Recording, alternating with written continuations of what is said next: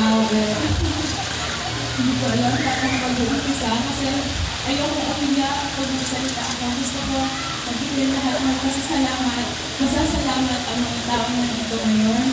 Unang sa lahat. Siguro magsasabi ko na kay Vice Governor and kay God also sa support ang ibinigay nila sa akin.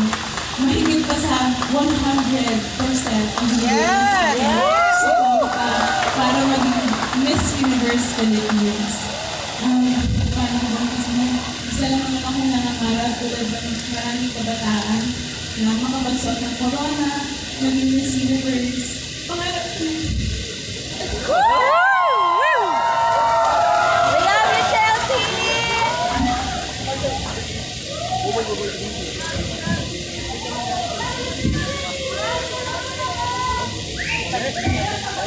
We love you, Chelsea!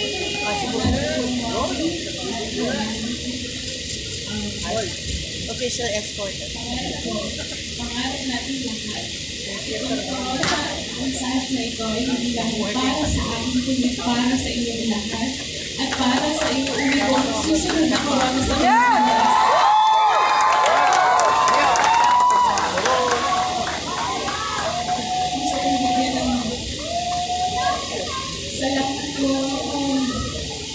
Salamat kay Sir Manny also sa support na ibinigay niya sa akin. Noong mga panahon, alam niya sa lahat ng hirap na naranasan ko. Hindi siya madali. Katulad ng pagsubok natin sa buhay, marami din ang makaharapin sa pagsaling mo sa isang patintalak. May mga kanya naman tayong challenges patintalak sa buhay. Akala ko madali siya. Like, maganda ka lang, tatayo ka lang doon, pero hindi. It takes so much courage, so much confidence, so much believing in yourself for you to face so many people. I have faced so many challenges in my life. Bata pa lang ako.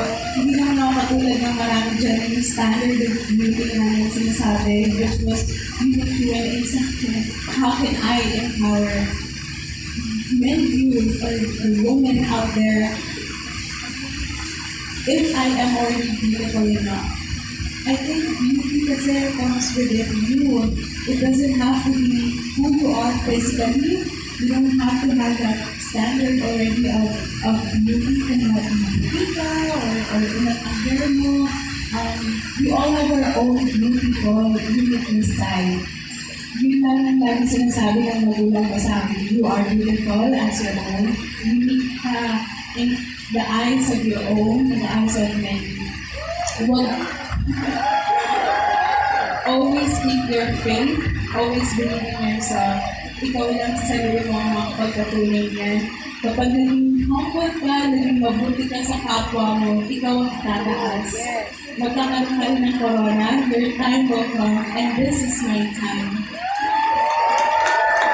Finally, it is my greatest honor to give it back to the people of Bulacan and to the whole Philippines that I am now your Miss Universe Philippines 2024. Nakikita ko yung family ko dito. Thank you po na nandito kayo ngayon. Bumilang ko!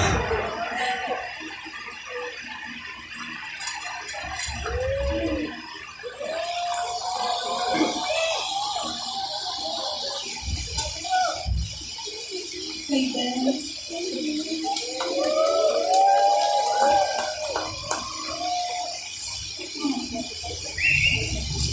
Si Dennis yung second mother ko. Siya yung nakadiscover din sa akin. Ito ako ba nakadiscover sa akin. I was starting to join Catholics. Lahat ng pageants ako nasa libang kahit nung nag-model pa ako, ito kasi yung source of income ko. Nung nag-aaral ako, nag-model ako on the side para magkaroon ako ng pera. I had to save up so that I could provide for myself for college. Pinapilisan mo akong dad ko, pag-abunan ko nyo kayo. I'm gonna give it back to you. So, salamat din kasi kahit nag-aaral ako at sa hangin ng buhay ko nandun ka.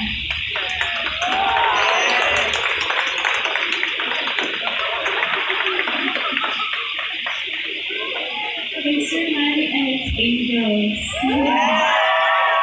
Sa walang sawa, 3 a.m. ng madaling araw, 2 a.m. nananahimik sila para sa akin dahil wala akong susuot na damit. Hindi sila nagsawa, hindi sila napagod. Alam ko, nakita ko yun. Pero nandun ako nila para lang makapagpangka ako na kahit hindi ko I have to always give up. Hindi ko alam paano ko mapapasalamatan isa-isa kay Tita Apple, kay Tita Raymond. Salamat sa pagkakasalit ko. Sa bakit ko. Pero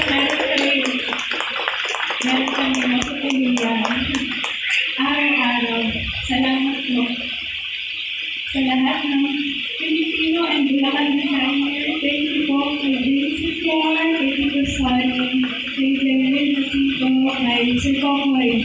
Also sa lahat ng mga Pilipino and Bulacan designers that were there to help me do it all.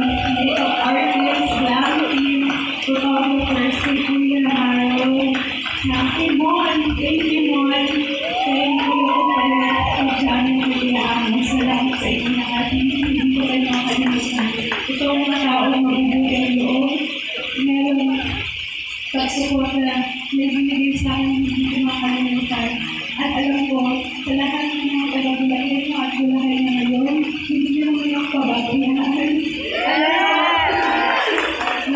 Malakas ang pananalig natin sa Diyos. At ang nanibig ko lamang ay patuloy yung pag-suporta at pagdarasal para sa akin. Yun lamang po upang maibunin ko ang susunod na karangan ko sa Philippines. At next time, baka bumalik ulit ako ng Bulacan. Diba? Thank you sa mom at sa dad ko sa walang tigil na pagsuporta. Araw-araw yung challenges natin. Hindi na po pero huwag kayong mapagod. Kasi nag-umpisa pa lang. Nag-umpisa na lang tayo pupunta sa Mexico. Sa lahat ng mga nanin ko ngayon, maraming salamat sa binigay ng oras para celebrate sa Bulacan. Alam ko ang mga Bulacanyo ay kapilangan din sabi nila. May mga nakanya tayong hamon. We are our own heroes. So, kayo yung lahat nakikita ko as my hero here supporting me. Hindi ko makalimutan itong araw nito. Isa lang po ako sa nangangarap, pero napakataas ng pangarap ko na akala ko hindi ko kayang makamit. Pero kung meron kong susuporta sa'yo ng isang tao lamang, kapitan mo yung tao na yun, nasusuporta sa'yo. Dahil sa'yo magpapatagumpay kung saan man gusto mo namin sa buhay. Your dreams and your time will come. And my time will come and will continue when I get to bring home the 5th crown for the Miss Universe 2025. Maraming salamat po kay Government at kay Vice Rock, kay Miss Sunshine. Grabe yung support lahat sa lahat ng mga LBUs, also our leaders who are here today gracing us. Maraming salamat po sa opportunity na ito. I give it back to everyone here. My victory is also yours. Maraming salamat po. Magandang umaga. Dahil na ako ay buhay.